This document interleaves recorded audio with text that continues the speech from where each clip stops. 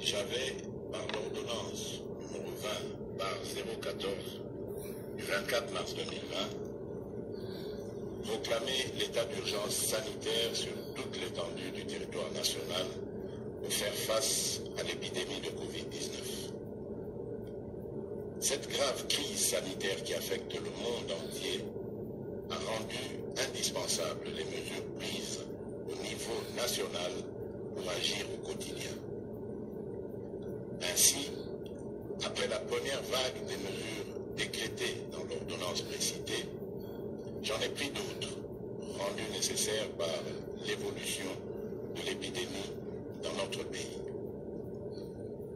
De manière générale, toutes ces mesures associées à la bravoure des équipes impliquées dans la riposte multisectorielle ont permis de ralentir la progression de l'épidémie à Kinshasa et de freiner son expansion dans toutes les provinces.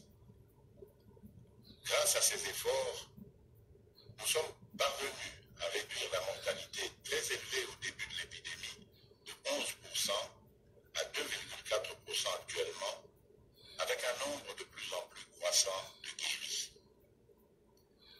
Davantage, nous notons une tendance à la baisse du nombre de nouveaux cas au cours de ce mois de juillet. Ce bilan nous place sur le plan à la 9e place en termes de nombre de cas et à la 12e place en termes de nombre de décès, déjouant ainsi toutes les prévisions catastrophiques qui ont été prédites pour notre pays au début de l'épidémie. Mes très chers compatriotes, cette nouvelle maladie qui a surpris toute l'humanité a causé des conséquences néfastes sur le plan sanitaire, économique et social.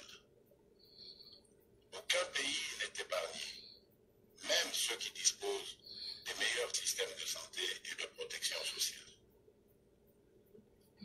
Les mesures prises ont obligé nos enfants, nos parents,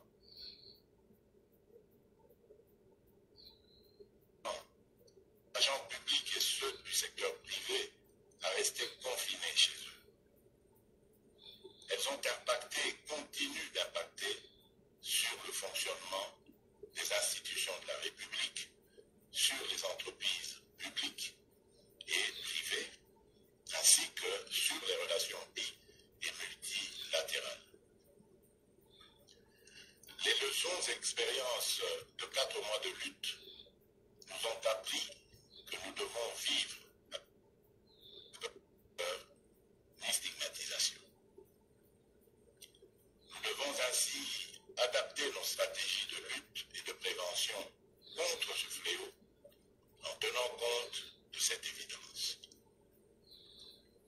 Face à cette réalité, un consensus s'est dégagé entre le Parlement, le gouvernement et la société civile, ainsi que le secteur privé et les partenaires techniques,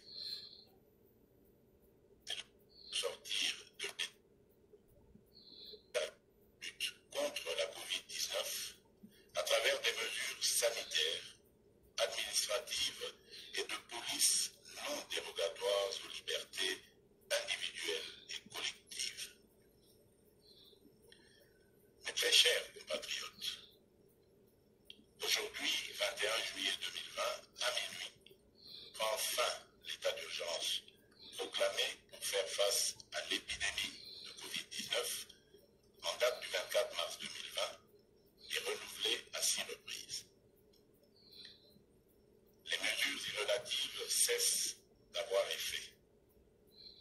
Cependant, il doit être clairement entendu que la fin de l'état d'urgence ne veut pas dire la fin de l'épidémie de Covid-19 dans notre pays. Par contre, c'est l'indication pour toute notre nation de revenir progressivement, tout en respectant les gestes barrières et d'autres mesures irrelatives. Il est donc... Bonjour et bonsoir, na pesi peuple congolais mbote. Na banzi biso na bino touti kolanda. Oyo ezali message à président de la République, son excellence Antoine Félix Tshilombo Tshisekedi, juste pour déconfiner Mboka. Donc, na minute oyo, Mboka ezaya kufungwama. Donc, tokoki kokene na Mboka, ba oyo pe baza na Mboka pe bakoki kobima. Donc, ba vient koyi na ngo na kokita. Ba navire comme d'habitude koyi na ngo pe kokangama. Mais, président lobi kaka ke malade esilite. Donc, bafongoli Mboka parce que bakokanga ngo libela na libela te me bafongoli yango. Mais, bandeko na ngai, parce que, awa na Futur Guide TV, nayaka toujours les premiers, juste, kopese la bino babiloko ezalaka ya sika, sans sentiment. Donc, à partir ya ba politicien, o ezali pe ko sala biso mutoloko la ngai, na banda ko apprendre moi muke, omoni, moi muke ke politique ezali nini. Politique basalaka yango ndenge nini. Parce que eloko soko lingango mingi eke o vandi calme, o ko maîtriser po koyeba yango. Voilà place makambo ezali. Bande kotomona ki awa, avant président, a déconfiné Mboka, ou apesi lelo message na nation, tomona ki ke, asala ki liboso conseil des ministres. Vandi na ba ministre basolole. Après wana, ayaki kobenga ba généraux. Asali fusion ba généraux, ba monsieur s'appelle Messi Bango. Asuki wana te. Akati si na brasa. Basololi na Denis Sassou Nguesso. Basisi ko sololane azongi na Mboka lelo oyo aye a décidé sikoyo ke Mboka fungwama. Par là, président aza koloba nini. Par là, to comprendre loko nini. Oui, to comprendre que sikoyo bandeko ba coopéra ba bima ba ko pe ko bima bandeko pe ba ko voyager. Mais l'état to président Mboka sikoyo apesi accès na bato nyusto basengela ki pona koya na Mboka pona makambo oyo eleki na Mboka na biso ba massacre ba tiweri ba nani batu wana sikoyo bakota. Parce que ceux qui avion ekitaki na batu wana nyusto wana ekezala lokola ke o me président nanu afungoli te neni bango bakiti ezali ba violation ezali ba désobéissance. Voilà politique nenge ezali. Toka mwate lobby ceux qui tomoni vraiment que Bakara oni ekomi ebele na Congo. Toka malobi te ke soki CPI abandi justice na ye. Toka malobi te ke soki tomoni force ya OTAN to ya oni ekiti vraiment na kati ya Congo evandi. Parce que makambo ezali tolobaki yango. Batu baza deja na Kinshasa. Mais babiloko ya minene na ekiti te. Loko na ntsela da ese fungwami boye. Sikoyo tan ya ba action oyo bandeko biso na bino to bandaki kozela. To mona na miso na biso. Mususu boko comprendre te. Zela nation tsebino mémoire moi muke bandeko na ngai. Président Félix a pesaki Kabila 48 heures. Kabila alongola bana ya mura ba militaire na ye wana. Alongola bango, alongola ba blindé ezalaka na kati kuna to ba char. Omon alongola d'équipement de militaire parce que Kingakati ezali base militaire te. Omoni mais biso toyebaki yango ke ezalaki base militaire rwandaise pour la protection des intérêts rwandaises et Kabila. Mais na moment oyo président lobi kete soki bango bazali ba militaire ya solo ya Mboka il faut ba bima baya bazongela ba unité na bango.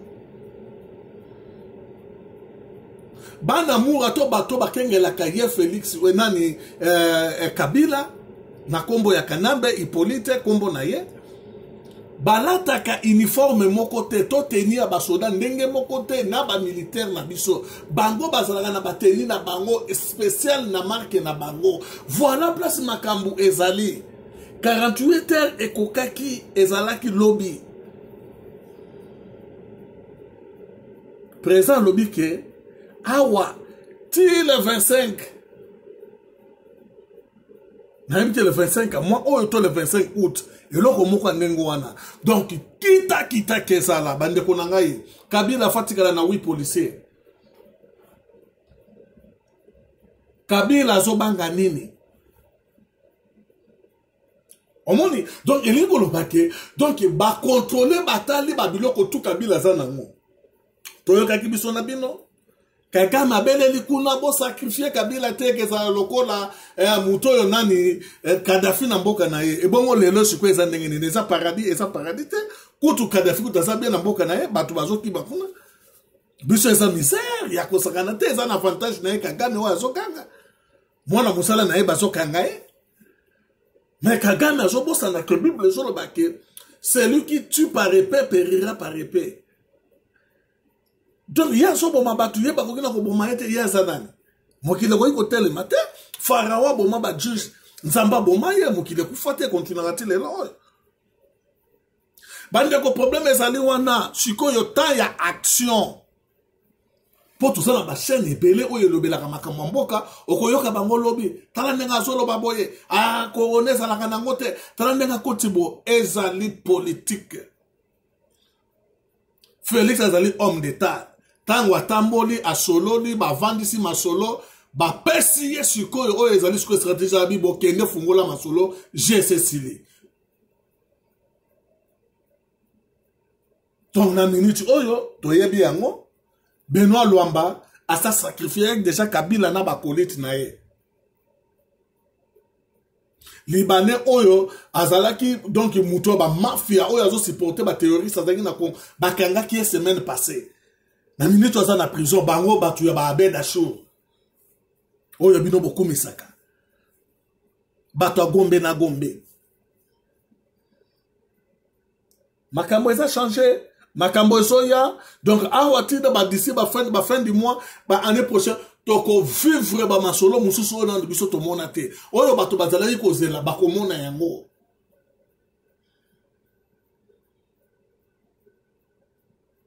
Oyo batu bazalaki kozela yango to komi na tana yango ba ndeko na ngai. Donc ko fungwa oyo ba de confiner mboka esili je fungwami. Mboka fungwami ba politicien bazana embargo ba koki ko voyager te. Parce que ezali makambo jitunga, ezali makambo mboka. Bato tout bazala bambongo, il faut basanza. Batango fort bangwana bakomi kolela. Moni azalaki président invita, azobabisa ba millions. Ye ba futaka ye combien aza général salaire neza combien. Bango batu ba bomi batu kuna, ba kotisi ba rébellion, guerre ici la kateza bango. Bandeko yango oyo eloko na lingaki na pesa bino toka bolanda biso na bino donc to supporter président na biso Félix Antoine Tshilombo mwana mboka ya solo vraiment lingi ba congolais na ndenge ya malamu nga na moni yango nga na za impère na ndimi vraiment que Félix donc azalaki na souci ya peuple na ye abomisi bango te na mandoki alingi na ye te donc batu wana bakokanga bango en désordre mais na pète tout. Et ça n'a pas force te keba ye babwa ki ba bombe badani ye kezala na pete Kabila ye moko ako sentir force oyo ke kitela ye na minute oyo boy plan na ye ya place avali na kinga kati wana ezali na maboko ezali ndako oyo ba anja nzambe batu batonga te ezali batu batonga yango donc plan ya ndako wana ezali na maboko ya l'État ba yebi place ba biloko nezali ba ko neutraliser yango Saddam Hussein aganga ki trop ba neutraliser ki ba plan na ye vanda Kadhafi aganga ka trop ba neutraliser ka ya vanda donc eloko moko ke sala mate akokwesa ka sosa comme te akutaka yango ke tele mandenge wana donc biso to kolata nde ye Kabila tana biso siko ekoki ya comprendre Kabila toka nga esinga na ponka savubu na lobaka yango met fois ta ekoki Kabila tokobomai na mandoki te il faut toka nga esinga Saddam Hussein babomai na mandoki te bakanga esinga au monde donc il faut toka nga esinga na batu na ye na ba famille na ye bana na ye bango tout tokoboma bango mutakotika la zate donc trace ya famille na bango ya batu bisa tuwana na bana loba bana ne basali banda so pe toyebi bango côté basali rezalaka lewa donc il faut toboma batu wana bango tout. batika la somboka biso to continuer. Donc félicitations à toi président Félix Antoine Tshilombo, vraiment oyo sali e yokani mokili bandimio oza stratégie solo o apprendre pe ba leader rebelle bazana expérience makasi ndenge nini yako solola ndenge nini na solution na mboka na sans que matate zala sans que bal moko ebeta ma sans que batu bazoka. Donc o apprendre batu rebelle, voilà maîtrise ya mokonzi ya solo. Mokonzi ya solo azalaka moto neti bisote. Mokonzi ya solo vraiment asajistaka lokola un chef. Donc Félix vraiment on mérite loko wana nzamba benir yo. Bandeko nazalaki nango lelo ezali wana poto kabola na bino. Toyeba yango ke mboka ezali déconfiné, intérêt ezali ya nani? Intérêt ezali ya Félix Antoine Tshilombo, ezali ya peuple congolais oyo bandeko tozali kozela baya tant ese koki porte ezali kofungwama bakota ndenge balingi bakangela biso bato. Ona zalaki nango pona lelo ezali wana. Merci.